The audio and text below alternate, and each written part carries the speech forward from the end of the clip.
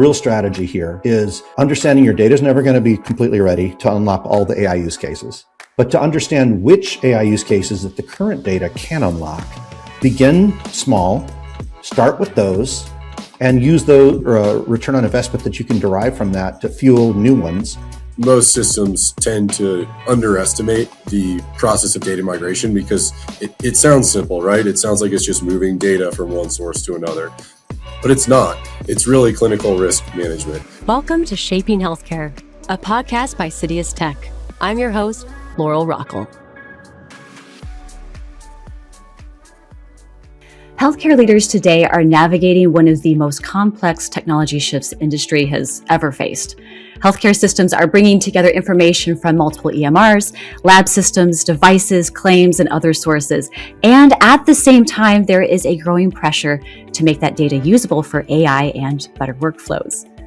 Today's conversation is about what it really takes to get that foundation right, how organizations migrate, organize, and activate their data, and how they prepare for AI-enriched experiences across the enterprise. Joining me today are John Squeo, SVP and Head of Providers at CitiusTech, and Tyler Smith, CEO of Health Data Movers. John and Tyler, welcome to the podcast. Thank you, Laura. Yeah, thanks, Laurel. Great to be here. It's great having you both. I'm looking forward to our conversation today. And to kick things off, could you share the story behind CitiusTech and Health Data Movers coming together? What made this partnership feel like the right move for both of you? John, start us off with that. Oh, sure. Well, typical, we met in a bar, right? At UGM. That's how most exciting things happen, right? In all seriousness, yeah. So CitiusTech have been looking to really scale our offerings. And one of the key gaps that we've had for a long time is the ability to fully, or to create a full experience that goes end to end, from tools that enrich communications with patients, create more access, really bring all the data together to create analytics and AI insights, but to also bring that experience into the Epic domain where people can work in their system of record and their workflows that they choose. So Epic Services was a big gap for us, and we talked to Tyler, and maybe Tyler will have the rest of the story. Sure. Yeah, and we've been familiar with CitiusTech for years, always been hyper impressed by the size of their booths at HIMSS, and so we knew they were a big name. We were a smaller firm but had very big ambitions. We wanted to be healthcare's most respected technology services firm. I think at a certain point you realize you can keep bootstrapping, you can keep trying to organically grow, but if you really want to make a big impact, not necessarily overnight but faster, there's a lot of benefits of partnering or becoming part of an established organization that has an incredible track record with great clients and also incredible resources. And so I had been, talking with a few folks from Citius over the years, but when John and I met at the proverbial bar, we really saw that there was alignment in the vision, and it wasn't just about, the kind of adding two assets together that look good on a spreadsheet. It was really about this true desire to improve healthcare through technology. Excellent. And for our listeners to follow up, can you briefly share what CitiusTech and HDM specialize in and who are your core users? So Tyler, I'll have you start that one again. Sure. So at Health Data Movers, prior to the acquisition, we served three types of customers: large healthcare systems, biotech companies, digital health enterprises. Now with CitiusTech, we're able to start serving payers, which is really exciting. We work through what we call service lines. We have 4 service lines: data management, integration, project management, clinical and business applications. And when we talk about those 4 service lines, we operate in 3 platform types. So EHR, in particular Epic, ERP, we are a Workday Advisory Services Partner, and ITSM, ServiceNow, implementation and consulting partner. We work across different vendors within those platforms, but those are the primary. And then what I'll also say is data management is our tip of the spear service line, if you will, with data migration being our top capability within that service line. Yeah, I guess I'll add for CitiusTech, for 20 years, we've been growing a business that now comprises over 8,000 what we call citizens, which is our team, and the team is entirely focused on helping patients stay well and heal, and then creating the infrastructure on which our care providers can do that at a streamlined capability, and also be able to provide maximum access to the patients in need of care. We do that really from a distributed workforce, about 25% here onshore in the United States, about 75% based offshore from India, and we are only focused on the U.S. healthcare market. And the U.S. healthcare market, from our point of view, comprises everything across the spectrum, from large provider systems, large multi-specialty practice, and risk-bearing entities, and then health, insurance providers, the payers that are both independently owned by health systems, also ones that obviously are the regionals, the blues, and the nationals. So in addition to those carriers, we also address pharmaceutical vendors and their ecosystem, and then creating HIT solutions for what we call independent software vendors, right? Those are the ones that you see, the ancillary applications and the EMR vendors.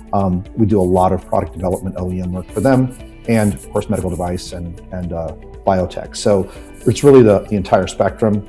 Primarily, we're supporting, at least in the domain of health systems, primarily we're supporting the data infrastructure. So data and analytics, we've got a major advantage and head start in our AI offerings, because the business units across the board have to do a lot of the AI roadmap for the ancillary applications, the EMRs. Therefore, it was a first mover advantage for us to be about a year ahead of many of our competitors who only serve large health systems and payers directly. So because of that, we've been able to double down and capitalize on that head start, bringing solutions that really have optimized the way that our clients can do automation, the insights they can derive from the data, aggregated in a way that really makes sense and is actionable. So that's our primary remit. And it was great getting together with Health Data Movers to really amplify that opportunity.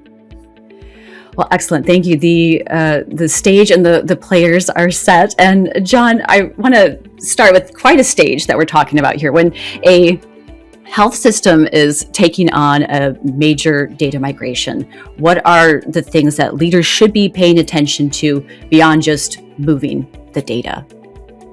Sure. Well, we have to realize what the data is for. The data is to help people see the business differently and see the business in its breadth, and also be able to drill down on the things that they want to make changes on.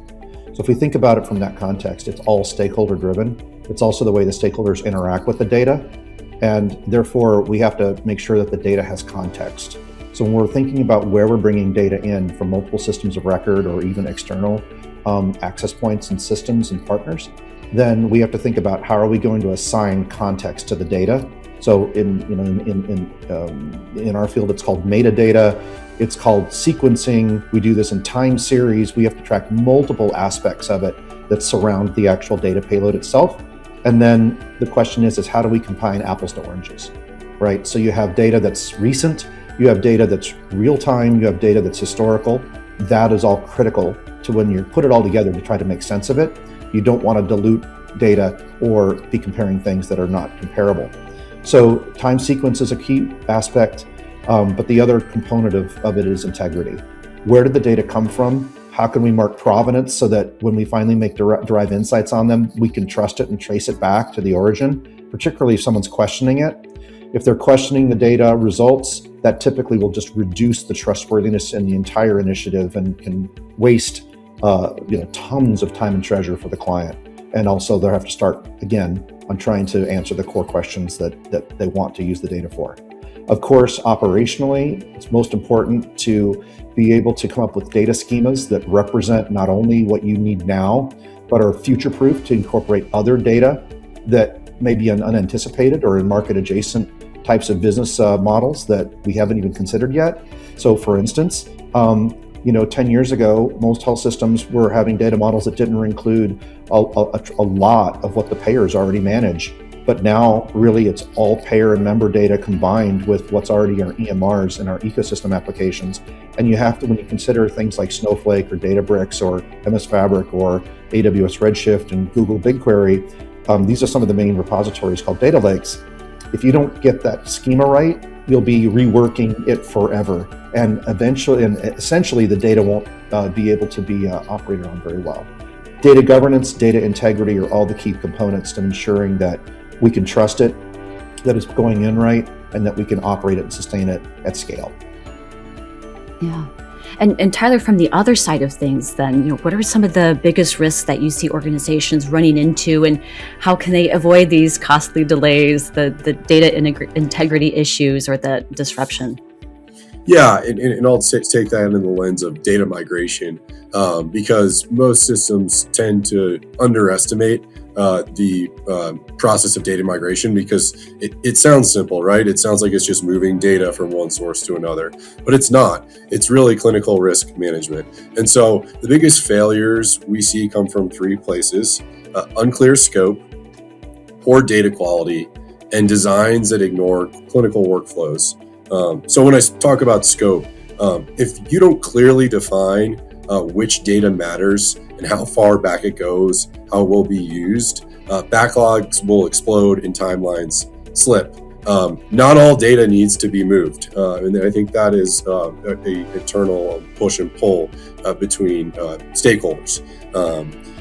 On the data quality piece, messy source systems always surface late. There's more data repositories than meets the eye, and so unless you confront those and find those early, then there's going to be this data source that pops up that all of a sudden needs to be reckoned with during the data migration. And then finally, on workflows, so we can, systems can migrate data perfectly on paper, but it's not showing up where the clinicians expect it. Care slows down and trust erodes. John Henderson, the CIO of Rady Children's, who was recently on our Quick Hits podcast, put it very well. If you don't understand your data flows end to end, you create unintended consequences that disrupt operations, as the data doesn't make it to where the clinicians and patients expect to see it. So the way to avoid these pitfalls is relatively simple. But it's not easy. So we start with the clinical and operational use cases. We validate early and often. Validation is so important. And you treat migration as a partnership. It's not just a technical task, but it truly involves technical and clinical stakeholders working together. So successful migrations are designed around care, not code. Designed around care, not code. That's a good piece of information there. Yeah, and both of you have just been talking about the amount of data, how diverse it is, the integrity. It can be unstructured. John, what approaches are you seeing CXOs use today to bring data all together, simplify these insights, and make that data usable for decision making? Yeah, I think it starts off with the kind of the mantra that we should stop collecting and start caring with utilizing this data. So, what we're trying to get to is an environment or an infrastructure that can encompass all the data, not just the highly structured kind of inputs that we've pushed our workflows in via the EMR. So what does that mean? That means we have patient-derived data that they're bringing to the setting of care. That means we have, of course, the highly structured stuff, but that means we also have video, we have PDFs, we have photos from wound care, we have x-rays from dental. These are things that have never really been injected into the core data set that general clinicians can operate on. And of course, they're all coming from different disciplines, so it has to be made super easy for them to interpret and to incorporate into their typical diagnosis and clinical pathways. So what does that mean? Essentially, the strategies that they're using is to come up with common ontologies and common lexicons, which we already have well established, but some of the others are not entirely standardized. DICOM is not DICOM across the board. There's always variations.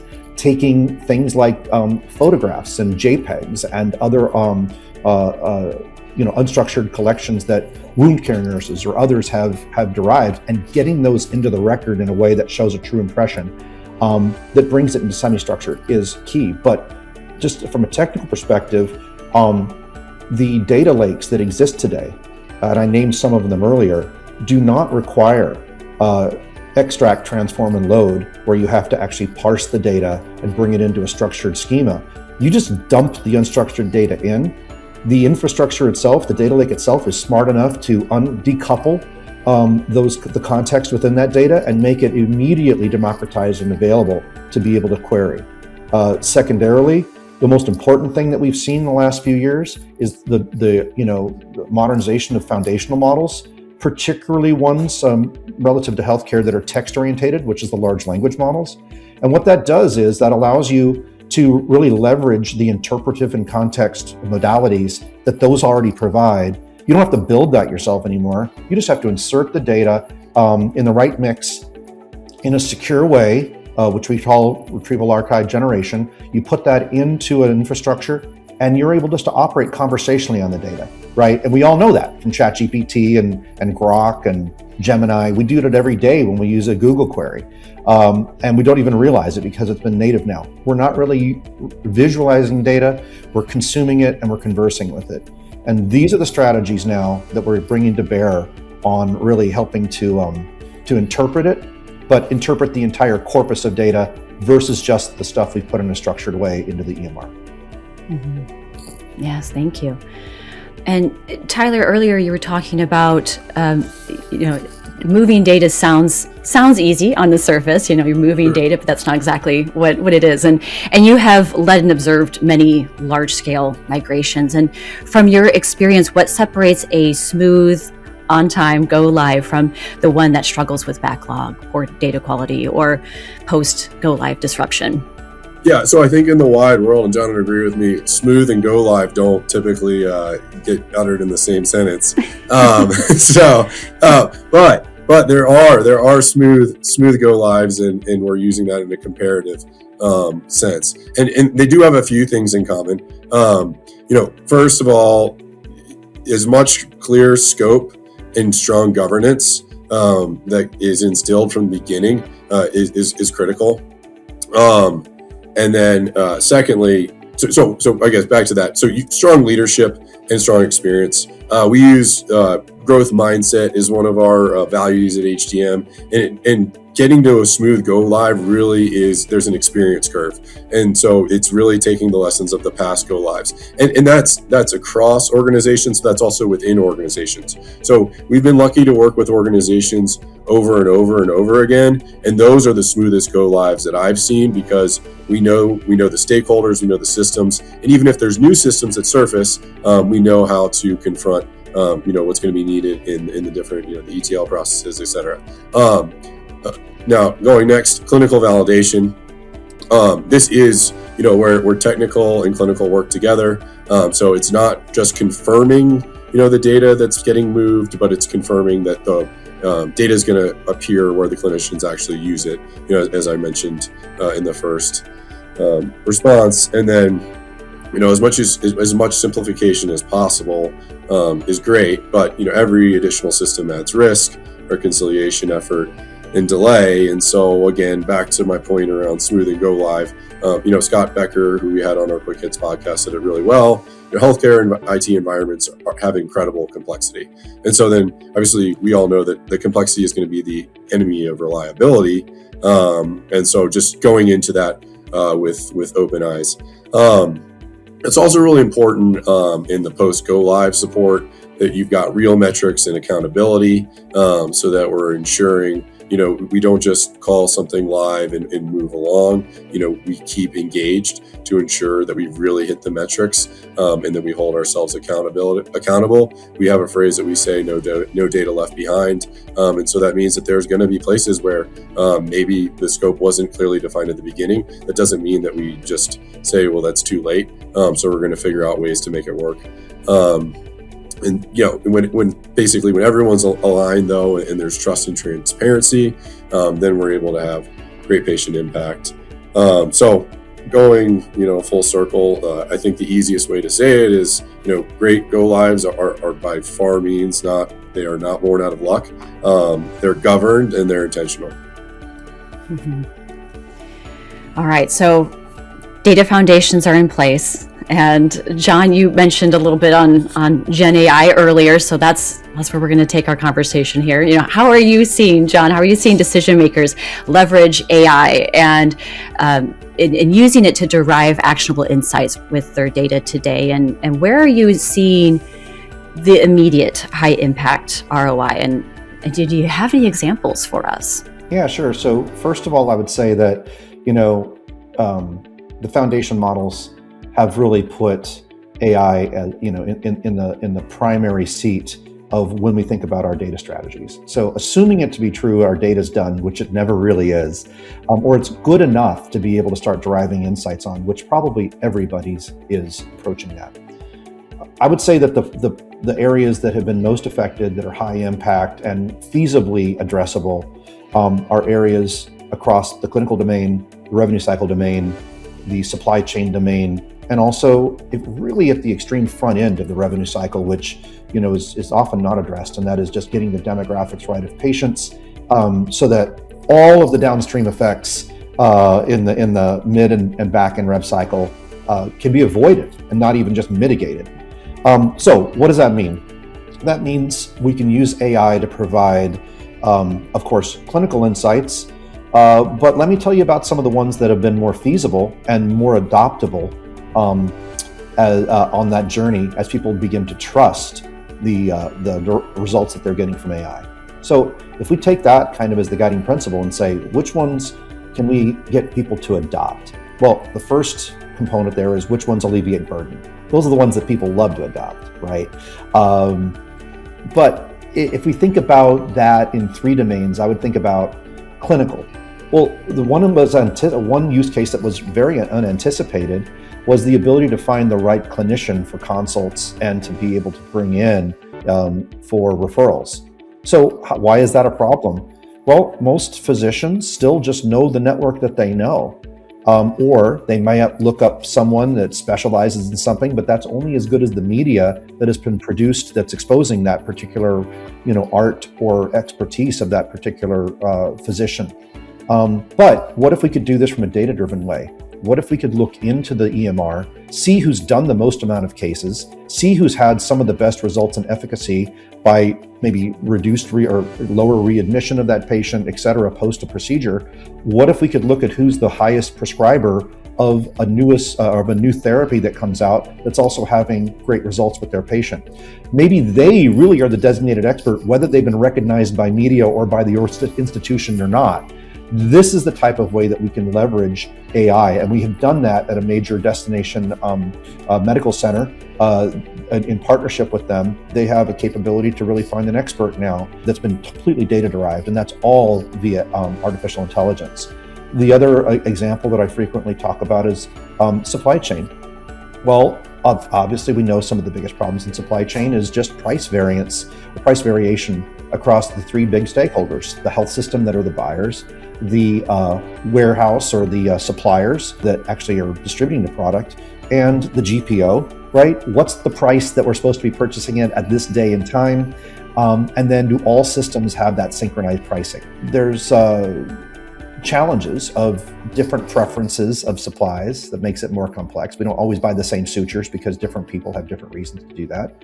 And so we have a lot of suppliers involved because we need specialized supplies for the diverse types of medicine. Okay, so what's the typical problem?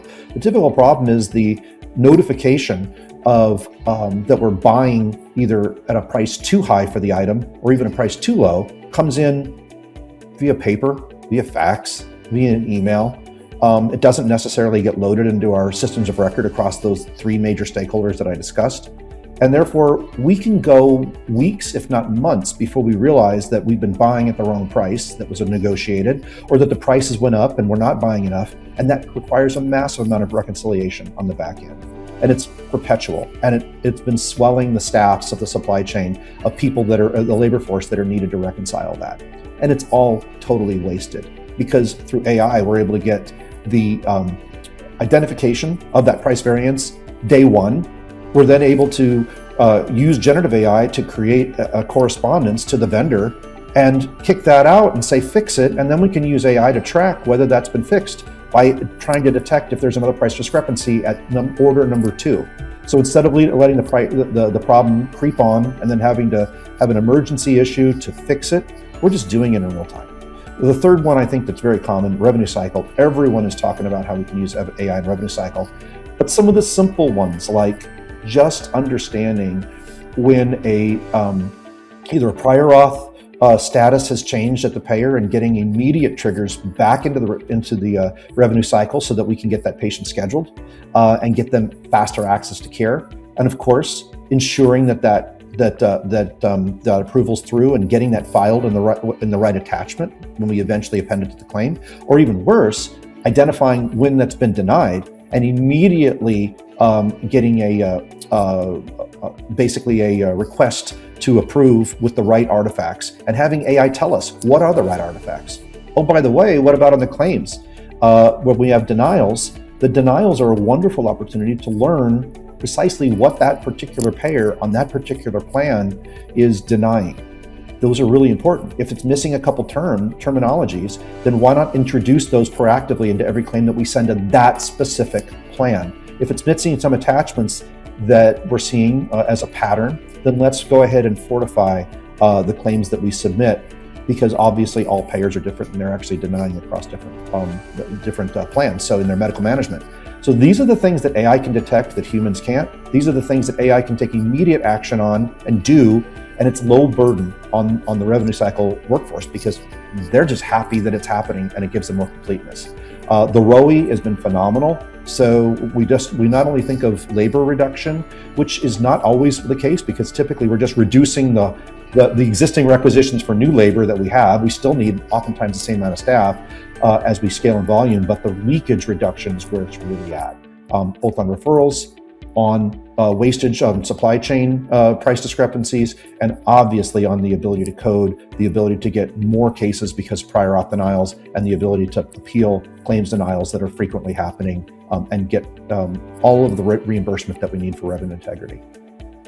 John, those are 3 really excellent examples that you gave. And you can see like in each one of them, how they are helping people across the entire ecosystem, from patient to provider and everyone working in between and on that spectrum.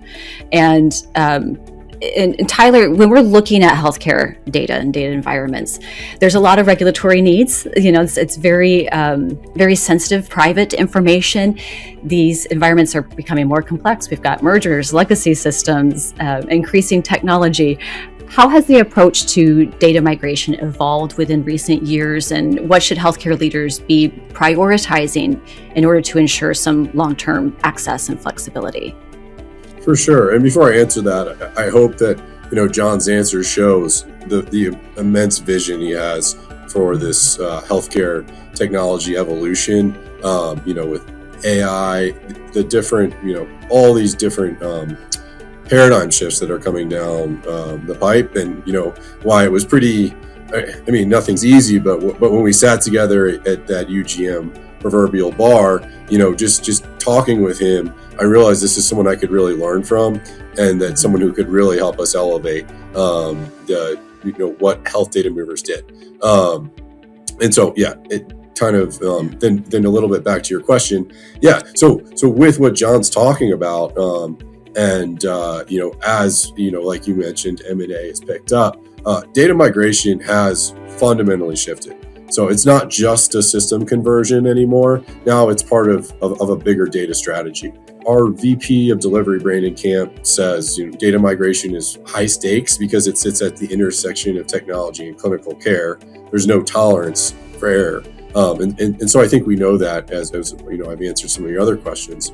But couple that in with the mergers, multiple EHRs, analytics, AI, you mentioned regulatory pressure. So leaders are now prioritizing long-term access, governance, and flexibility. John's mentioned data lakes. We've also talked about, new foundation models. And so data is critical to actually, really squeeze the juice out of those fruits, if you will. And to have that foundation, you really need to have excellent data migration, and that will enable better care, better decisions, and innovations. Also what comes about through these changes is the simplification that we talked about across the application landscape. Application rationalization is a term that we hear more and more. Like we said, will strengthen data governance, security, but also, this is an opportunity to build flexible architectures that evolve over time.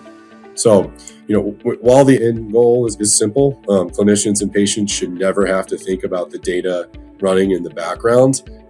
There is so much complexity that goes into that simplicity of experience on the front end. And the work it requires grit. The validation isn't glamorous, but it's essential.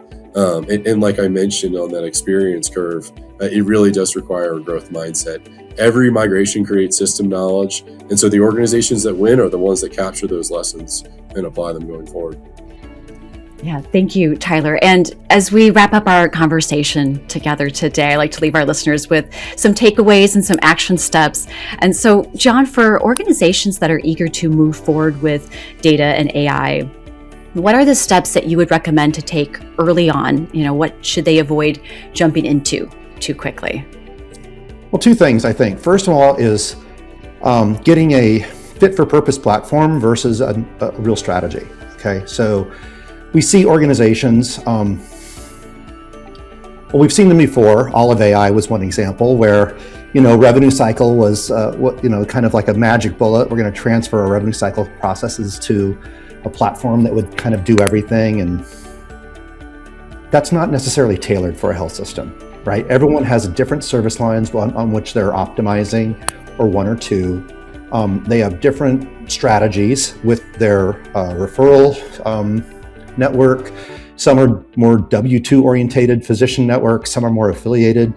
There's really not one solution. And the problem with going to a specific platform for rev cycle or a specific platform for supply chain over your core systems of record, which is like your ERP, which is always going to be there, is that it's a bit of a pigeonhole. You're really limiting your solution to what that platform can address. And I think that what we're trying to get to, and what a lot of the leading CIOs, CTOs, CXOs in this space are trying to get to, is a flexible capability to address not only the problems in rev cycle, supply chain, different service lines, operations across the entire health system, also the ability to interact with your partners and your payers, but to do that in a way that can address unanticipated needs right now.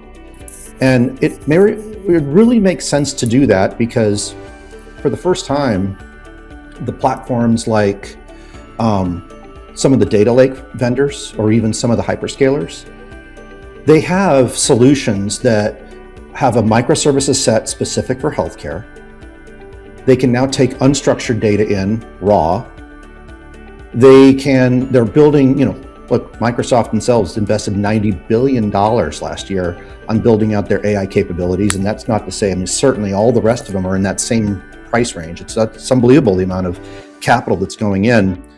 It's hard to compare that to a individual solution vendor that can address one, micro set of problems. So I think that the real strategy here is understanding your data is never going to be completely ready to unlock all the AI use cases, but to understand which AI use cases that the current data can unlock, begin small, start with those, and use the return on investment that you can derive from that to fuel new ones, but build it on a flexible infrastructure that's going to incorporate an entire orchestration layer versus just kind of solve a point problem with a point solution. Thank you. Yeah, the last question is for both of you, but John, I'm going to have you start it, and then Tyler, let you have the last word here. If you could leave healthcare CIOs and CTOs with one guiding principle for building their data readiness that will truly enable their AI-enriched experiences, John, what would that be? Well, I think I think the first thing you do is you want to derive as much of the AI and automation capabilities and insights derivative capabilities out of your systems of record as you can. If you're running an ERP, if you're running an EMR that you've really, that are the core systems and core architecture of your health system, maximize the AI that roadmap is giving you and supplement with an external AI capability what they're not giving you. And so we call that the EMR first and the ERP first perspective, and then build on top of that, but build in ways that have no regrets decisions. For instance, when I talked about data schema, work with a partner, pre-think all of the spectrum of data that you might need to incorporate versus just indexing on the data that you've got now, so that you have flexibility, reducing rework, and really giving you massive acceleration when the business shifts and you need to incorporate the new data and to unlock those new AI use cases. Excellent. Yeah, thank you. Tyler?